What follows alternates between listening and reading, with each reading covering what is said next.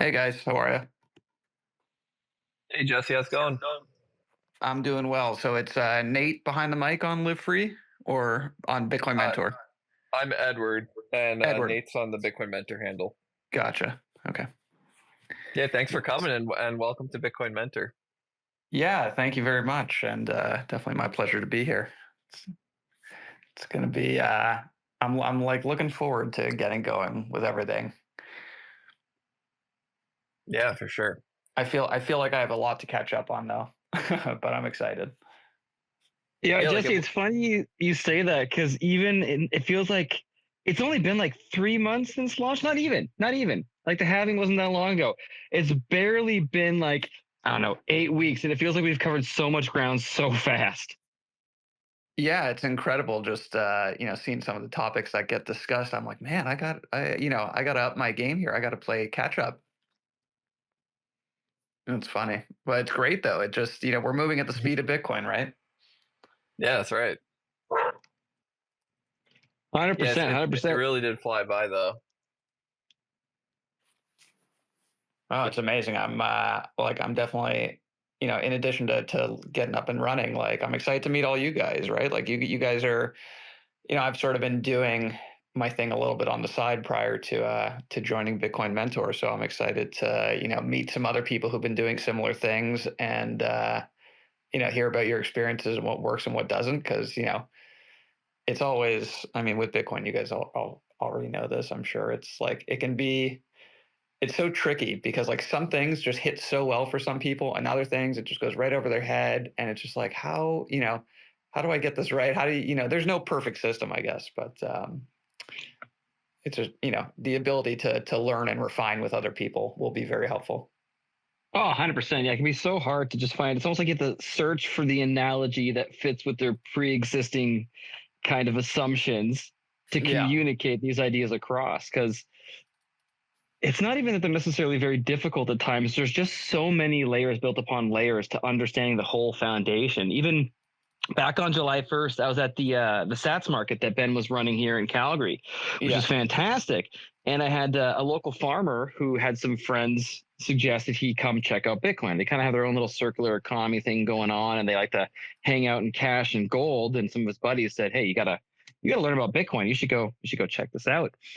But I forget sometimes just how much information I'm assuming other people have. And what I mean by that is he started asking questions. We ended up having like a 2 hour conversation because it just kept almost like as like not to belittle him anyway, but almost like kind of like, oh, but why? But how do you know that? It's like, okay, you're right. Let me unpack that for you now. And now we have to go into the difficulty adjustment, and now we have to go into the distributed network. And it's like because it was I think it was the one question that set off the conversation, which is the root of everything, right? Is like, well, how do you know 21 million only? Yeah. Yeah. Sid, let me count the ways. 1,000, 2 1,000, right? Just 100%, 100%. So you've been doing this on your own a bit beforehand, eh? so yeah, I for the last let's call it 18 months or so have been, I didn't really make a business, like formal business per se, or a website or anything, but it's just been sort of a word of mouth thing where, I helped one or two friends or colleagues, whatever, set up an actual wallet, and I they just said, oh, so and so could also maybe use this. You should talk to them, and obviously someone comes along and says, oh yeah, you could charge for this. This is like a good, people need this, and I was never like I didn't want to put that much effort into it to make it like a really formal business. It was just kind of like something I was doing for fun almost. Um, and I ended up doing this for a few dozen people. I had one episode where I helped six people at the exact same time, like in meat space in the real world, all in a big living room, like set up a cold card at the exact same time. I was running from corner to corner to corner of the room, like as they were navigating through the different steps of the device. That was like an amazing learning experience because not only did I have to manage these six different personalities, and make sure everyone knew, okay, this is like you're going to keep this private, so go over Yeah, there yeah. and write this down, and like don't show me, but when you get to the next step, like tell me, call me over, but don't. But still, when I come over, hide your your words that you've written down, hide your private key, and we'll keep going through the next steps, and just I felt like I was juggling a lot when I I would did say that one, but I definitely learned a lot on that one experience. But that sort of got the ball rolling because like I had a whole bunch of people at once, and then they all sort of talked about, oh hey, yeah, a bunch of us got together and did this thing with Jesse, and he helped us with our wallets, and now we have like cold storage wallets we can actually buy and save Bitcoin. And from that group, while a bunch of them have bought a little bit of Bitcoin, there's actually one guy who became like my favorite success story, basically, where I've seen him multiple times. Not only does he have his cold card um, with Sparrow on his laptop now, but I got him set up with Nunchuck wallet because he travels, so he uses a tap signer for traveling. He uses Lightning a little bit. I think I initially did Wallet of Satoshi just because it was easy. Um, but like he keeps coming back and we do different things and it's just peeling back the layers over and over again. And so it's like a lot of fun when someone takes like a real interest and they commit themselves a little bit to it. And obviously that comes more and more with, okay, you allocate more wealth to it. So there's sort of this inherent, um, need to learn more. But like when it happens, it's fantastic. And then to just watch them be a sponge and soak up, a lot of what is very rewarding too. So it's been a cool experience. And yeah, I'm looking forward to keeping the ball rolling now with Bitcoin Mentor. I kind of just imagine this like the Bitcoin Tupperware party with Jesse. Like that just sounds awesome. Yeah. Yeah, that's literally what it was. I brought a whole bunch of cold cards. I brought a bunch of steel plates too. I was like, you know what? If someone's going to take this seriously here, like you should punch your seeds into steel. And so it's like, okay, take these seeds home. Don't do it in front of us. It's going to take forever. Yeah, go sit in the corner for half an hour. Yeah, like you don't have to do this now, but like you might want this steel plate. It's going to come in handy. Oh, that's awesome. That's awesome. Jesse, I wanted to ask you too, because I was checking out some of your previous podcasts and stuff just beforehand here, and I didn't realize that you had spent some time on Bay Street before Bitcoin. So I wanted to kind of just get a overview of what you were doing there and what that experience was like, and then also ask you if anybody ever yelled at you repeatedly that it's just grade 11 math. Yelled at me repeatedly on Bay Street or in Bitcoin? Either one, I suppose. Yeah, my background, like I graduated university basically having studied economics and philosophy, and everyone told me, well, that's a weird combination. And I sort of had this line in this like canned line in my head that I would use to justify it when I was doing interviews. I would go, well, what's the point of learning about markets if you don't actually think about how they operate? And literally at the time, it was kind of just a catchphrase to, or like I said, sort of a canned answer for interviews and stuff. But lo and behold, right, as a Bitcoiner now, it's like, whoa, that I literally lived that sort of motto or that phrase because of okay, I went into banking and wealth management. I started my career right as the financial crisis hit. They printed $600 billion to bail out the banks. And I'm like, I have whiplash turning my head. Like, what the fuck? Like, what did you guys just do? You had $600 billion lying around? Like, really? That threw me through a loop. So, that sort of was the thing that sent me down the rabbit hole of what is money and figuring out that how fiat works and how fractional reserve banking works, and central banking, and I became a gold bug basically initially because this was in 2007 2008 that I was starting to clue in that, oh, things are really wrong and there's sort of another perspective here that might have it where it might make more sense. So I became a gold bug. So I was like really trying to wrap my head around the idea of sound money, that, oh, if they can't print it, then they're going to have to be more judicious with how they spend, right? If politicians can't just spend because they're limited by how much money they actually have, like that would be better for all these different reasons. So that was my sort of banking crash course, I guess you could call it, because literally just started with the global financial crash. Wound up at a company called Macquarie Private Wealth, which was a full service brokerage. So I did I was an associate portfolio manager or associate investment advisor, managing high net worth investors doing their investment portfolios, basically just throwing darts at the board, picking stocks, thinking, oh, well, we like gold, so let's pick a few gold miners. And, oh, we like oil, so we'll pick a few oil companies and energy companies. I was with what you might call a higher risk, high reward type of portfolio manager. And so it's great when you make money for clients because you're outperforming, because when you tend to have high risk, you have the higher upside. But unfortunately, when you lose money, not only does it suck to lose money, like clients will hate you more than they ever loved you if you lose money. Like they love you when you make money, but they'll hate you so much more than they ever loved you if you lose. Um, Yeah, loss so stings twice as much. yeah, so in my 3 years, like the first year I was there, had a great year, but the last two were not so good, and that really stung. And I also was like, well, I figured out that like, okay, most of these guys have no idea what they're doing. You know, there's only a few percent, like a very small percent, call it 5% of investment advisors that like have a actual good head on their shoulders, that care, and that they have a good game plan for what they're going to do, and they know that they have the humility that they can't outperform the market, or they can't expect to like hit a home run every year. They're just trying to hit their singles and doubles, and if they can beat whatever their index or benchmark is by a little bit, they're happy, and justifiably so in their line of business. um, I was not with one of those guys, and I didn't learn from one of those guys, unfortunately. And so it took me a couple of years, and I eventually figured out, okay, A, I don't want to work with the team I'm with, but B, I don't want to manage people's money. It's like it's still gambling at the end of the day. No one really knows what the market's going to do one way or the other. So yeah, so I ended up leaving. I did my MBA. Sorry, I'll make this long story shorter here. Did my MBA, got into management consulting, which was I would say equally boring. Or well, I mean, investment management was kind of interesting, but kind of boring at the same time and painful. Like doing margin, I did margin calls for people because, like I said, I was with a high risk guy. We did some margin deals.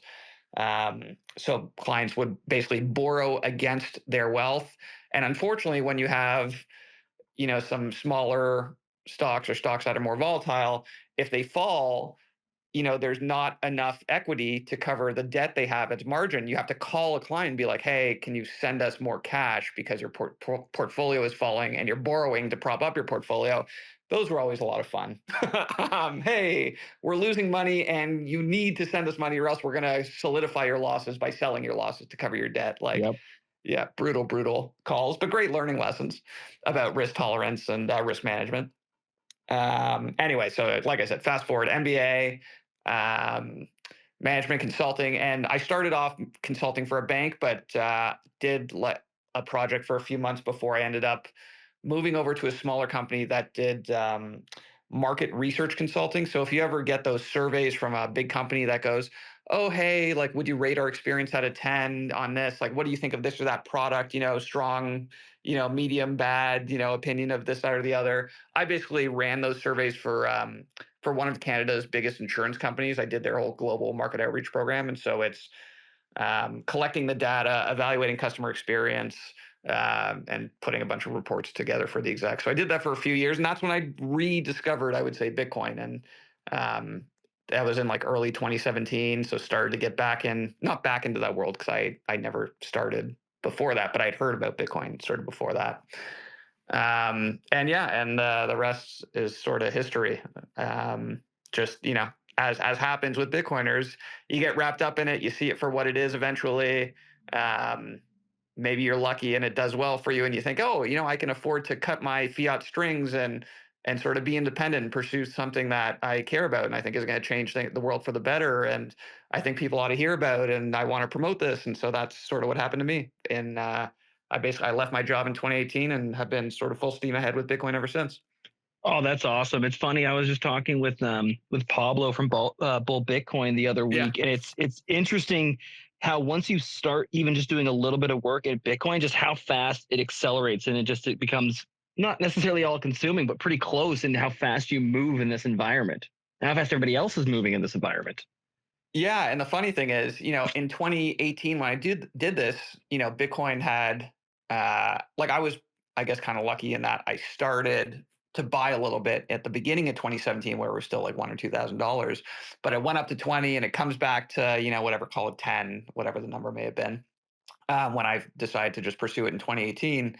Um, and it's like, yeah, it's up a little bit. I still feel very late to the party, but at the same time, it's like, but somehow there's so much more road ahead and good things are going to happen. And there's no clear picture of, oh, it's going to get to 50,000 or 100,000 or 500,000 or whatever it is.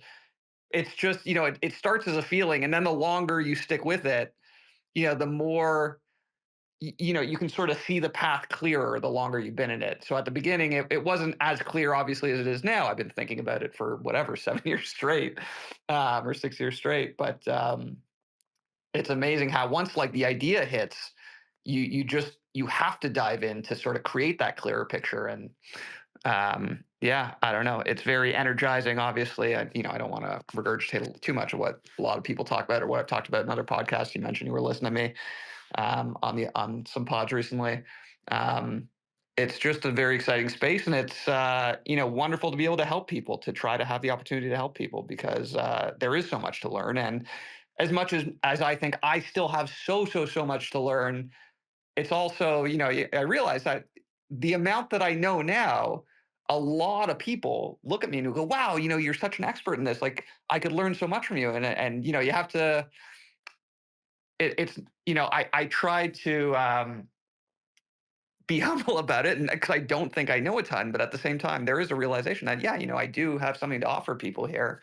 I do have this baseline understanding, or more than baseline understanding, and there's value there. Anyway, yeah, I don't even know. I'm just ranting at this point.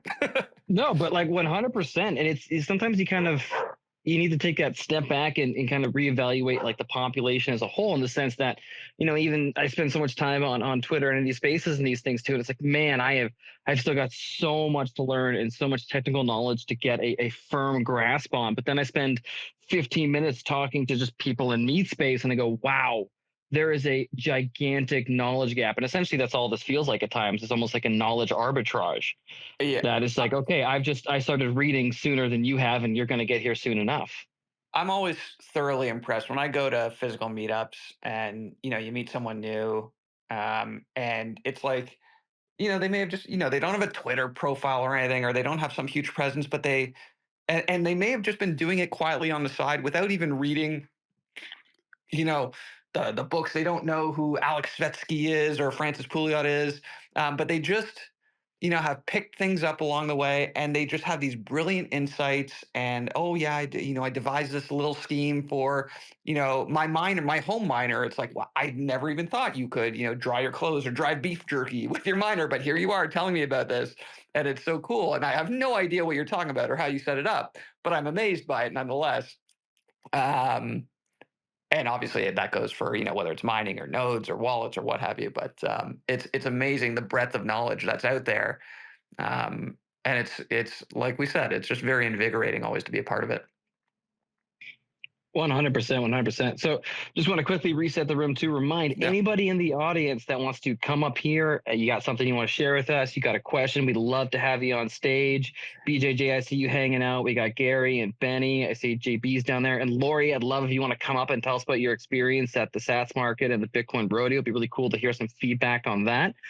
While we're kind of waiting for people to come in here, Jesse, I'm actually kind of curious from your own sort of unique experience. It sounds like you're spending a lot more time with maybe entrepreneurs that are coming into Bitcoin, a little bit more the business focused side of things. And I was listening to your talk at the Canadian Bitcoin conference there regarding good old acceleration theory. Yeah. I'm curious what you're seeing kind of boots on the ground in terms of who the new adopters are. Who's the next cohort you think that's very interested in coming into Bitcoin?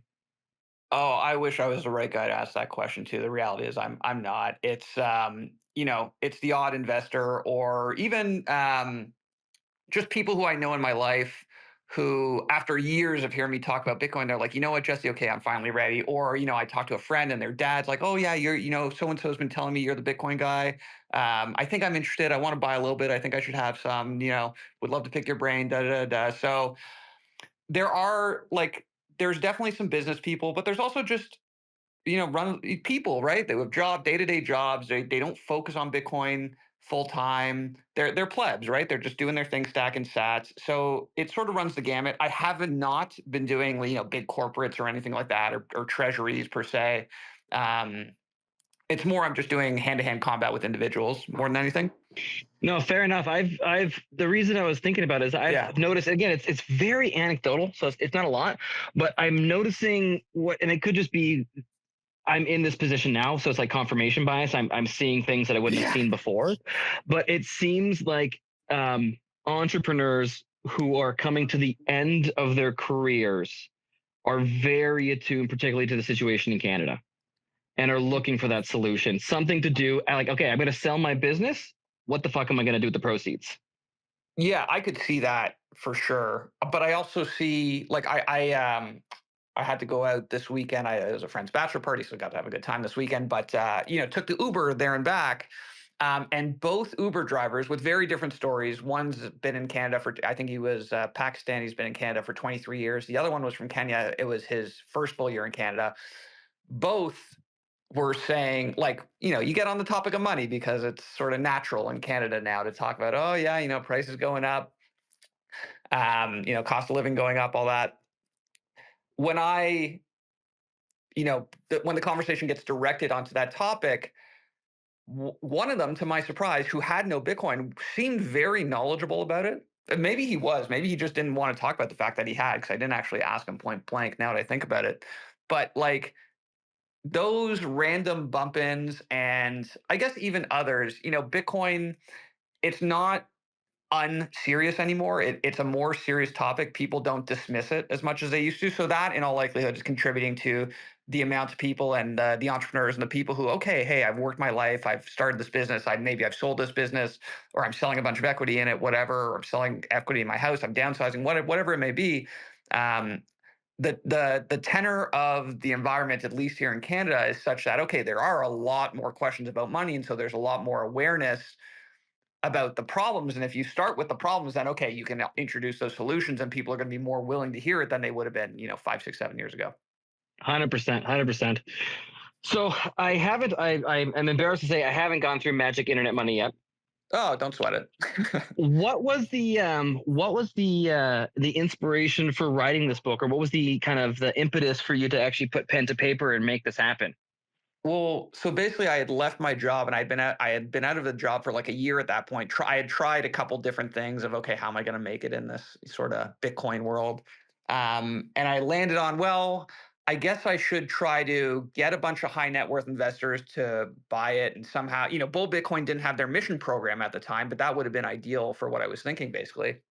Um, like, my thought was, okay, let me try to basically pitch high net worth investors on why they should own Bitcoin, because I worked in wealth management. So that's sort of a natural fit and that people could understand for me to be doing. So I started working on this pitch deck, and literally within like 2 or 3 weeks, I had 80 slides. It was monstrous. Um, I showed a friend of mine, and he laughed at me, like, Jesse, you're an idiot. You can't share this with anyone. It's no one's going to listen to you for 5 hours, but you kind of have a skeleton for a book. Maybe you should turn it into a book. And so I thought he was crazy when he said it, but I basically slept on it and woke up the next morning and was just like, oh, that's a brilliant idea. Like, I have this message. I think I have a way of framing it and telling this story around Bitcoin that I think I can make it relate to people. I had never obviously written a book, or I worked in finance and banking, right? Like, I had no background in that, but I'd always thought of myself as a, let's call it, above average writer. And so I thought, okay, let me try to make this work. I have a creative streak in me, designing the images and the book cover and everything. Like, I think I have a vision for this. And so once I started working on it, it just came into focus very quickly. And then it's like, yes, this makes perfect sense. It's a brand in a sense that I can stand on. It's credibility I can stand on. It's, a way to make it so that I can talk about this with people, because that's what I want at the end of the day, is just to get people talking about it and learning about it as well, obviously. So how do I like take people? So I mentioned that it was a slideshow, like a PowerPoint deck. Basically, the format of the book is every single individual page is self-contained. So you don't have to read, a bunch of paragraphs that go on for 10 pages. It's no, one page, one idea, because that's how it was basically formatted in the PowerPoint. And the idea is you're just sort of building block by block your bit of knowledge about Bitcoin, and I'm drawing from the different disciplines. I got to bring in cryptography and money and economics and game theory and governance, and there's freedom, and then I go into the drawback. So I have all these different elements, thinking that, okay, like, I'm not a master of any domain of any of these things, but maybe I can be a bit of a jack of all trades, master of none kind of thing. I'll bring you into the shallow end of the pool so you can get comfortable with the temperature of Bitcoin. And then, okay, well, after that, if you want to go learn more, you'll go swim off into the deep end on your own. But at least now you have this starting point. So it was meant to be sort of a beginner intermediate book. I was really grateful that because I didn't have any following or anything when I started doing this. I was just shooting in the dark, hoping that I would somehow get this on some Bitcoin people's radars. And Ben Sessions was actually BTC Sessions was one of the first people to interview me. I think he was like the third interview I did. And I sent him the book, and like he loved it. And I was just so appreciative of that like he took the time to read it before we did the interview. Like that was very clear. He went through the book. But he was also very complimentary that he could see the effort I put in. And because I said every page is self-contained and it's just one page, one idea, I spent a lot, like way too much time refining every single page because how do I carry through the idea that scarcity, decentralized digital scarcity is a one-time event in a single page, and like carry the idea and so that it like accurately reflects what actually happened here and what Bitcoin is. So I spent a lot of time really honing and crafting my message. And so Ben's like, yeah, like not only is it great for beginners, but like I can go back if I want to read, how does money and economics work in this sense? And why is, a absolutely fixed scarce money better than an inflationary money? Like literally I can read 2 pages and I have an excellent summary of like the big picture economic argument. So it was really flattering for me and a nice little confidence boost when Ben had me on his show. Not to say that some of the other guys who interviewed me didn't read the book, but Ben was particularly flattering to me, and yeah, I sort of had a nice friendship with him ever since. Oh, that's awesome. It's fantastic. It sounds like it's almost like a bit of a field guide, like a field manual, something you can have on hand for quick reference. It's been called a few things. It's been called a reference. I had a girl who interviewed me on a podcast called Love and Dividends. So that's more in the finance world. In the normie finance world, TradFi world, she called it a love letter to Bitcoin, and she's kind of right because it sort of is. Oh, that's awesome. Yeah, so it hits a few notes. Very cool, very cool. I'm excited to check it out. Before I ask some questions for my own selfish interest, Edward, do you have any questions? Again, anybody in the audience, please do come up here, chat with us. Benny, we love having you up here. Lori, we love having you up here. And yeah, Edward, what's on your mind, buddy? Yeah, I was just going to add to what you said. I'm sure writing the book and having to condense such complicated technical information and concepts into a single page or 2 or 3 must have been really great for wrapping your head around these ideas for yourself. And I'm curious if it's helped you with explaining it to people, because for me, when someone is so new to Bitcoin and they ask something as simple as, what is Bitcoin? Sometimes that's such a broad stroke question, but it's helpful to have something like not spending a couple hours explaining it, but something you can explain in a couple minutes. How do you think that that's helped you? Oh yeah, the process of like going through the writing of the book itself and the research and the refining of the arguments and then sort of double checking that, okay, like is the way that I think about this the way that it actually is? Going through that whole process, I learned so much about Bitcoin that I thought I knew. And then I'm like, oh no, this isn't quite the way I think, or you know, it definitely improved my knowledge of Bitcoin. Gave me a lot more confidence to talk about it for sure, because okay, I spent the time crafting these written, these little paragraphs and phrases about it. So yeah, it helped me a ton. It made me more confident in my knowledge and understanding of it and my ability to explain it.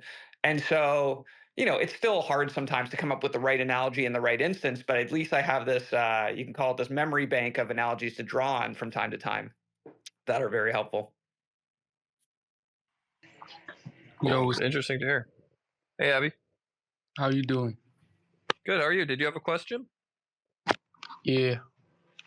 Yeah, go ahead. First of all, I'm new to crypto, okay?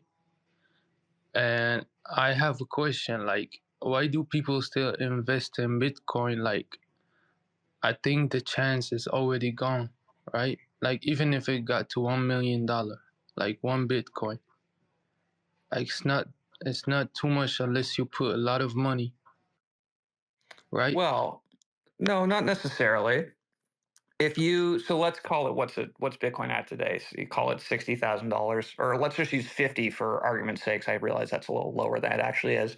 If it goes to a million from here, that's still 20 times, or if it's 60,000, it's 17 or 18 times what it is today. So if you put $1,000 in and it goes from 50 to a million, or 60 to a million, you're still looking at 1,000 going to 16 or 17,000 or 20,000. So there's significant upside if that is the end point that you see for Bitcoin. I think the reason a lot of people really stick to Bitcoin and see even bigger potential for it going forward, even from starting from today's point, is that Bitcoin, I think in a lot of people's view, it just reflects how dollars are failing, right? Abby, do you understand how like dollars and fiat currency are what you would call like inflationary? Their value is losing. Like, do you see that? Yeah.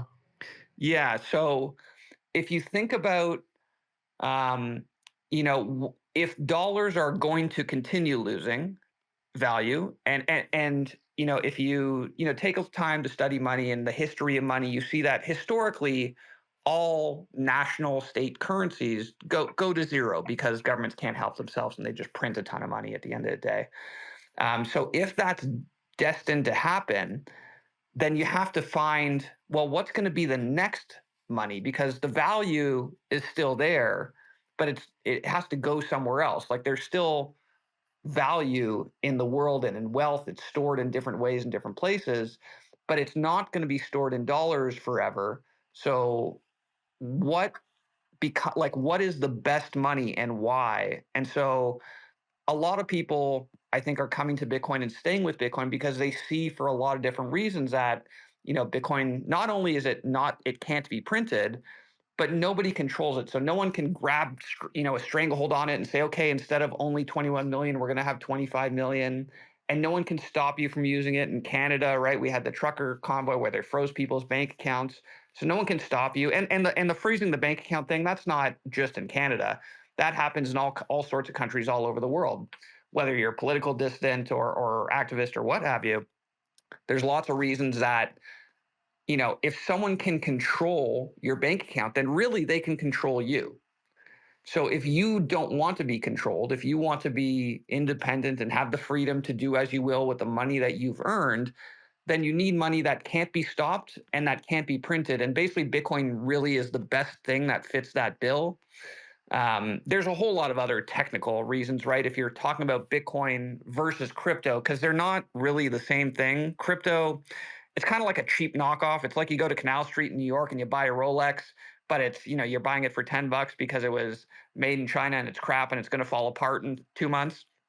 That's what crypto basically is. It's not going to stick around. It has no staying power. People end up sticking, I think, with Bitcoin because it's the real deal and it works and it's so battle tested that it's so unlikely to break that they think, even at today's price, the price isn't the thing that matters so much. It's looking forward into the future and trying to project, well, what's going to be valuable and why.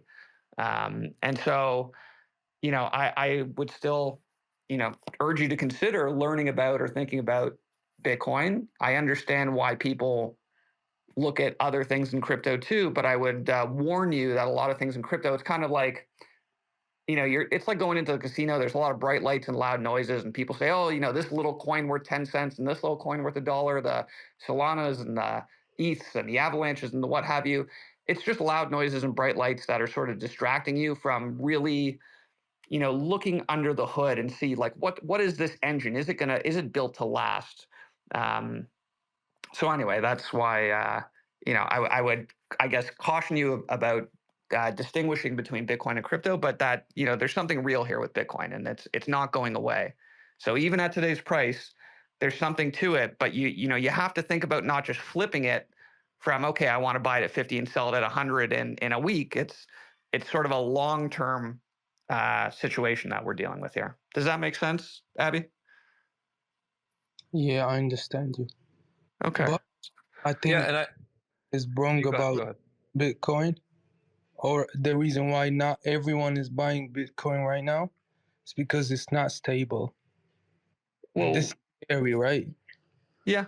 Well, so I think that I second everything Jesse was saying earlier. I just want to tack on that when you bring crypto into the conversation, you're referring to these other cryptocurrencies, that you have to also start understanding the technical differences on the software level and then the consensus level that these networks operate on. And I don't want to go into a deep rabbit hole on that right now because there's a lot that you can discuss between proof of work and proof of stake and how the nodes operate and the decentralization of the networks. But I highly recommend looking into that, because if you understand the Bitcoin network from that level too, you start to understand why this thing is so much more robust, has so much more resilience from bad actors. And like Jesse was saying, the price isn't necessarily the only reason why you'd want Bitcoin. I could argue, let's say hypothetically, Bitcoin doesn't move at all. It stays at 50,000 for the next 10 years. I would still rather have Bitcoin than US dollars because of the censorship resistance, the protection against what's it called? The money supply being diluted, my purchasing power being diluted due to increases in the monetary supply that they can do with the dollar. No one controls it. There's all these other aspects of Bitcoin that it's an open source protocol too, so anyone can build on top of it. There's so many things about Bitcoin that, aside from just the price, that make it appealing, which is why most people in Bitcoin believe that the price will go up, because you're going to come for the price maybe at the beginning, but then you're going to see the deeper workings of Bitcoin and why it's so powerful and why it can help you in so many other ways. And I think that understanding, like they said, those technical differences between other cryptocurrencies helps with that distinction. Abby, can I ask you a question? You mentioned at the beginning or at the start of your question there about Bitcoin not being stable. Are like stable compared to what? Like what do you see as stable? Like I mean, like every day, like the couple days ago, it lost like $1,000. Yeah. In like a couple minutes. Yeah. That's crazy, right? May I jump in and offer something here? Yeah, go for it. Go ahead, Gary. So I think what you say obviously is correct. It's very prone to highs and lows relative to fiat currency, relative to the US dollar, no doubt about it. And if you are somebody who is looking to go in to buy Bitcoin as a short-term investment where you're looking to make some quick money in a few weeks or a few months, anybody who tells me that that's their goal, I every time tell them, do not buy Bitcoin, because I know I am not smart enough to time this market, and I think very few people are. So if you're a short-term thing, you're right. It's relative to fiat currency, very unstable. But if you're looking the long game as a store of value over the course of several years, 4, 5-year time frame, 10-year time frame, I would much rather have this very, no doubt about it, unstable store of wealth that will go have its highs and lows, but over the long run go up a lot, relative to a, I guess, more relatively stable. I don't even know if I'd call it a store of wealth, but in fiat currency, which is only stable in the sense that it gradually loses its value at a fairly predictable pace, except for the once every few year times where the Federal Reserve has to blow it up and do mass money printing, quantitative easing 2 or 3 or whatever. So yeah, it is a long game. It is a long-term investment. If you are looking to make a quick buck, do so at your own risk. I would say that. And I just kind of want to add to yes and on Gary's point. Again, I'm only speaking for myself, but I very much so view it not as it's not a get rich quick kind of solution. It's a don't go poor slowly kind of solution, in the sense that I don't think that Bitcoin is going to be able to say, give you enough money for a down payment on a house overnight, but it would give you the tools that you need to actually save and accumulate so that you could reach that level. If you're producing more value than you're consuming, it's giving you a savings technology that will allow you to protect that purchasing power over years to come. But it's not going to give you, the kind of big casino payout in a short period of time. Maybe it's worth asking Abby, what are your objectives right now for um, any potential money you're thinking of putting in, whether it's Bitcoin, crypto, or whatever other investments? Like, what are you trying to accomplish right now? Like my goal is to get like $1 million. Okay, Yeah, and I don't care how with like I don't know much about these coins and these currencies and all of this, but I know one thing, bro. I knew about Bitcoin when it was cheap. I yeah. was young. I was too young. I didn't even have a bank account. I remember telling my older cousin about this and my father, and they didn't say no, but like they slept on it. r- Okay, Yep. and this makes me crazy. So, um, so I got to crypto like 1 month ago, Yep. and I didn't know that Dogecoin was a meme coin. I didn't even know that there are meme coins and like serious coins. So I bought a $60 60 like I bought 400 Dogecoins with $60. Yeah. Now they worth like 45. Right. So that sounds pretty volatile. Yeah, then like I didn't search and I didn't learn about it for the Well, buy. It's okay. Like I think even though it's a meme coin, I think that Elon Musk is not playing. I haven't seen anything that's convinced me that Elon has really spent a lot of time considering the pros and cons of different coins. So I don't really put a lot of stock into what he says when it comes to Bitcoin or other cryptocurrencies. Like one of the lessons I've learned, Abby, just from I'm not sure if you were here at the very beginning of this call, but I was saying that I worked in banking and wealth management. I started my career right when the financial crisis hit, and leading up to that point, all the economists were kind of saying, "Oh, the everything's fine, housing is fine, the stock market's great, there's no problems, we're doing the best we've done in forever." And then the crash hit, and all of them acted like they were surprised. Like none of them had any clue that it was happening. And so that's what I thought initially. It was that, oh, well, nobody could have known because nobody understood. And it wasn't until a little bit later that I found out that no, that's not true at all. There was actually a small group of people who just happened to think a little bit differently, who not only saw it coming, but were really screaming and trying to warn people. And they told you exactly how and why it was going to happen because it was predictable. There was a series of events that were, let's call it sort of unnatural in the marketplace that should not have happened, and that blew a bubble, and a bubble is naturally sort of going to burst. And so they were warning about it. And what I ended up doing as a result of that is I started to figure out that there are some people who have what you would call credibility, that they can see things more accurately. And when they talk, they happen to be right about things more accurate, more often than not.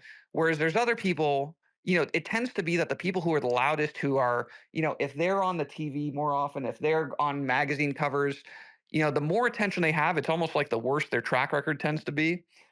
It's not like a hard and fast rule or anything, but I've noticed that more generally, and that applies not just to finance, but almost every area of life.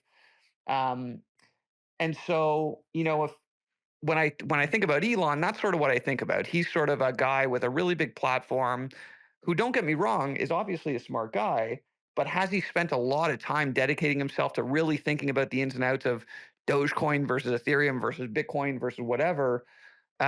I don't think so. He's got a space company he's running. He's got a car company he's running. He's got a lot of things on his plate. And when he comes on Twitter and he posts about Dogecoin, is he being serious or is he kind of having fun? So that's just so you know the way I look at Elon as an actor in the space, but also um, it's a way that maybe you could try to start applying that worldview and that lens to different people and different industries. And again, I'm insinuating it here for the sake of Bitcoin, um, but it applies everywhere. It's something you can use sort of generally in life too.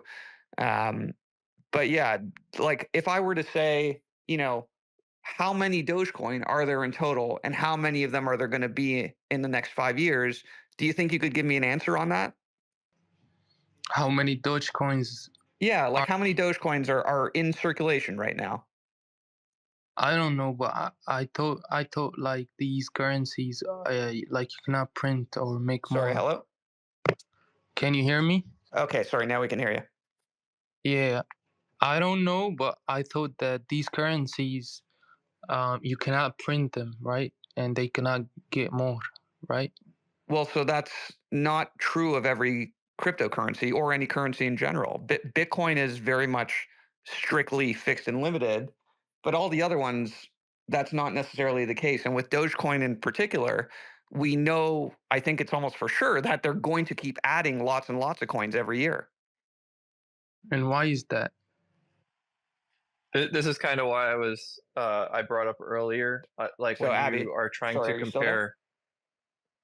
Oh, can you hear me? Yeah. I was just Abby, saying. if you're talking, we can't hear you. But basically, what the point I'm trying to make for I you don't think Jessica can hear me. is, it's really important to do a little bit of your own digging and research and thinking about these things. I know it's a lot, like it's a lot of information to take in, and it's something, it sounds like it's a new field to you. You've been here for a month or so, and I'm asking these questions of you because I'm trying to I want you to think about it. Like I can tell you what I think. That's easy for me to do.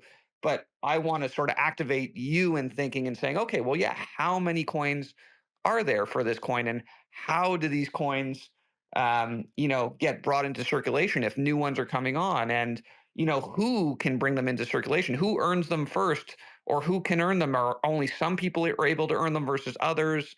um, like these are the kinds of questions to just start asking to get going, because once you start asking those questions, if you find that, oh, Dogecoin, they're just adding millions and millions of coins every year, and I forget the exact number off the top of my head, but I know they are.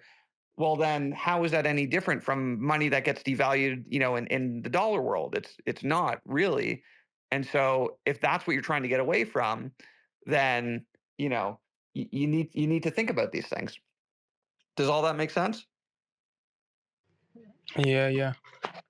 But one thing that doesn't make sense is, Sorry, Abby, maybe we lost you. We can't hear you, but I hope you heard all that. yeah, I heard you. I was hearing you, but can you hear me Mike, now? Edward, can you guys hear me? Yeah, I so can I've hear got, you, but I don't think you can hear us. I can hear everybody. So, yeah, I can Abby, hear go you, ahead. Abby. Once you, Abby, go ahead. Why don't you, give me your last kind of question here, and then I don't want to be rude, but I do want to give Lori a chance to talk. So, and just on the note too, I did look it up. I don't know if the information is accurate, but it looks like Dogecoin is still inflating at around 4% per year. This is about the issue of new coins coming on. And yes, Jesse, I can hear you. But Abby, Hello, just your guys? Anyone there? final question, buddy. Let me know what. Final question, final thoughts there, Abby. Yeah. Don't you think that, like, you were someone was talking about Elon Musk running his space company, and he's working on SpaceX project, and once it's launched, if he gives internet connection to the whole earth, and then he says, like, 5G net connection, and then he says, after everyone gets addicted to it and used to it, he says, okay, if you want to buy our packages or whatever, you have to buy it with Dogecoin. So everyone is gonna buy Dogecoin, and it's gonna get so, like, it's gonna blow. It's very possible, but the thing that I'll leave you with, if it's okay, is just the idea that even with Dogecoin, your whole thesis, everything is dependent on one guy. If he doesn't do it, if he doesn't proceed with it, if he doesn't influence the network in the way that you're looking for, you've got that central point of somebody who is potentially could be influenced by outside sources. Maybe there are certain jurisdictions that don't want Elon to accept Dogecoin. And so while that's very possible, it's definitely a real possibility that he could do something like that and he could ask to be paid in Dogecoin. At that point in time, you're still centered on one guy's actions and choices. Whereas with something like Bitcoin, there is no central authority, there is no central person or issuer or CEO or corporation. It's a completely decentralized network. And I hope that kind of answers your question there, Abby. But I do want to give Lori here a chance to talk. Go ahead, Lori. Yeah, and thanks for coming in and asking a question. We appreciate it. Go ahead, Lori. Hi. So you had asked me to come up and talk about the Bitcoin market and the stock market and the Bitcoin rodeo. And I wanted to share, like, I was blown away by how incredibly welcoming and kind the community is. I missed most of the market, but I did come in the end, and it was really cool to use the Bitcoin ATM for the first time. I get to utilize that, and I took so many notes during the Bitcoin rodeo. And my recommendation for anyone who's like still like who knows like basically the basics but wants to learn, go immerse yourself in one of these rodeos, because I took so many notes and I was able to come home and like have a whole list of things for myself to go and research. I learned, I got that Seb Bunny, his book, The Hidden Cost of Money, is wonderful. I love this book. I was so excited to start reading it and I haven't been able to put it down. So I love that. And one of the key takeaways that I loved was during Maddox's, when he was with Flo and JP, he was talking about how for people who purchased from other people, and that was something really cool too, because it was the first time I got to use Lightning Wallet and purchase from vendors and things. So it was great. I love doing that. But he talked about how like the important thing when you're like purchasing from somebody is that you're purchasing for the future for them, because your money is going to be worth more value in Bitcoin later.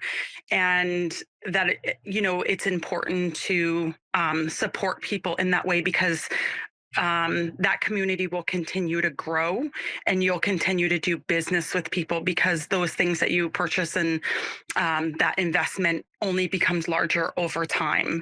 And I really love that, because it made me really look at like the things that I support and go, okay, this is where I want to invest more of my Bitcoin and more of my money, because I do feel that with inevitably everything going to digital currency, I would much rather have self-sovereignty using Bitcoin than having to deal with digital currency with the governments. So I just wanted to share that. And I wanted to say thank you so much, Nathan. You were super helpful and you were such a joy to talk to. And I appreciate everything that you shared with me and for taking the time. So you guys are awesome here. So I really appreciate it. Oh, no worries, Lori. It was fantastic to meet you in person. It was wonderful. Yeah, it was great. Oh, that's an awesome story. I'm so glad you're like discovering it and getting up and running. It's like I have nostalgia for when I was sort of first discovering Bitcoin. It's honestly, it's so good. Like you're gonna love just you're gonna keep finding new rabbit holes that are attached to the existing rabbit hole you're in. And it just keeps going and going. And it's great. There's no end to the learning. And then the connections you make as a result. Yeah, it's really great. Like I was sitting in the front row with my notebook, and Dave and his fiance sat next to me. So every time I'd have like, they'd be like, "Do you understand that?" And it was really, really great to have that, and to have people be so willing to, if I didn't understand something, and even being able to go talk to the speakers after. I know some of the friends that I made while I was there, they're like, "Oh, there's going to be a Bitcoin one in California and stuff. You want to come with us?" And so it was really great. And I'm so excited to immerse myself into more of it, because I think even if you struggle to understand some stuff, I think when you put yourself there, even though it can be uncomfortable because you don't maybe understand everything, things start to come together in a much bigger way when you're in that for days and just grasping, because you can grab little bits and pieces from different things. So I loved it. It was one of the best experiences that I've ever had. And they did an amazing job putting everything together, all you guys. And I'm so grateful for this space to come here and listen every day and learn. I take lots of notes from you guys too. So thank you to everyone who participates on this and for all the mentors. Oh, you're most welcome, my friend. We love having you up here, and I appreciate you coming and sharing this. I see we got D hanging out in the audience there. I am mildly going to bother you, but you don't have to. I was curious if you wanted to come up, D, and even just touch base on the Wasabi wallet security incident that was disclosed this morning. If you want to give us some more details on this. I'm not sure, Edward, if you saw that post. D's just here to troll me, Yeah, so I I don't know did. if It we should was bring him up. Let him troll. Bring him up. yeah, well, it was. I just saw like a couple tweets about it, but it was a mismatch of the hash, right, on the binary watch. Yeah, Binary Watch found a mismatch on the checksum from, I think it was the Windows installer from the release they were talking about for Wasabi wallet.